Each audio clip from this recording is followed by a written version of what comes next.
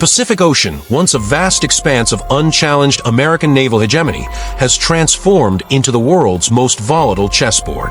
The recent live-fire exercises conducted by a U.S. carrier strike group in the Indo-Pacific are far more than routine training maneuvers. They are a deliberate, high-stakes display of kinetic diplomacy, a visual and auditory warning aimed squarely at the People's Liberation Army, PLA, of China.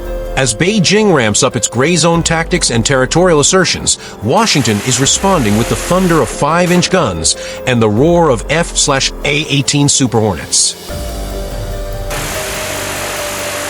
The core of this exercise lies in the concept of integrated deterrence.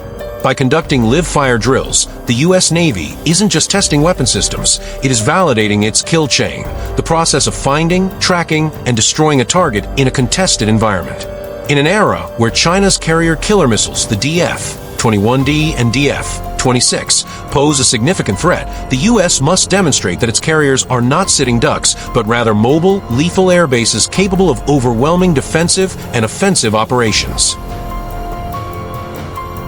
The use of live ammunition serves a dual purpose. First, it provides a psychological edge, showing that American crews are combat-ready and authorized to use lethal force. Second, it sends a message of reliability to regional allies like Japan, the Philippines, and Taiwan. It says, the shield is held firm and the sword is sharp. The timing of these drills is rarely accidental.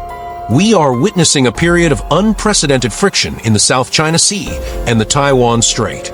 China's 10-dash line claims have led to increasingly aggressive encounters with Philippine vessels and constant incursions into Taiwan's Air Defense Identification Zone, ADIZ.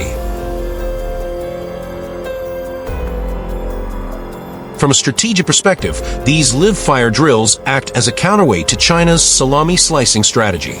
By practicing high-end warfare in international waters, the U.S. asserts the freedom of navigation principle, challenging Beijing's attempt to treat the South China Sea as its private lake. It is a pushback against the normalization of Chinese expansionism.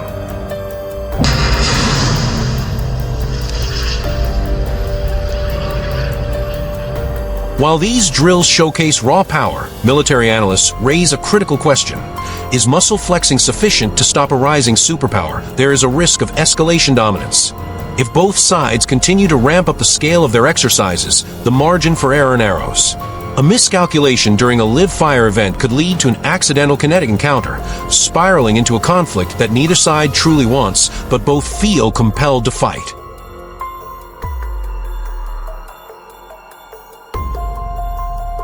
Furthermore, China's strategy is often asymmetric. While the U.S. focuses on carrier-based strikes, China is investing heavily in cyber warfare, hypersonic weapons, and undersea capabilities. The U.S. Navy's challenge is to ensure that these traditional displays of naval power remain relevant against a non-kinetic or anti-access/area denial, A2/AD strategy. The U.S. Carrier Strike Group remains the ultimate symbol of American global reach. These live-fire drills are a necessary component of Pacific stability, serving as a cold shower to any ambitions of a quick, decisive takeover of regional territories.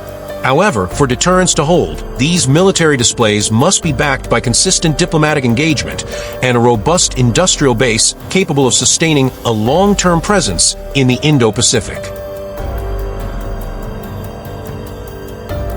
The message from the Pacific is clear. The U.S. is not ceding an inch of the high seas.